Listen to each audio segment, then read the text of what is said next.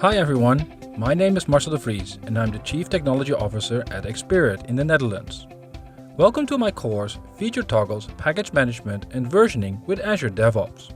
Delivering software to production in a repeatable and reliable way requires us to be smarter about the way we deploy and release our software. In this course you will learn how you can separate the concerns of installing our software and releasing new features to our end users. Splitting these concerns will enable you to deploy your software multiple times a day without interrupting the service to your customers. In the first module, Feature Toggles, you will learn all about how to make this happen by guarding your software changes behind Feature Toggles. The next step is that we try to make the part of the system that we need to change as small as possible. For this we can use package management. In the second module, we will go into details how to split up your solution into various packages. I will teach you how to use Azure DevOps and Visual Studio to create packages and private NuGet feeds.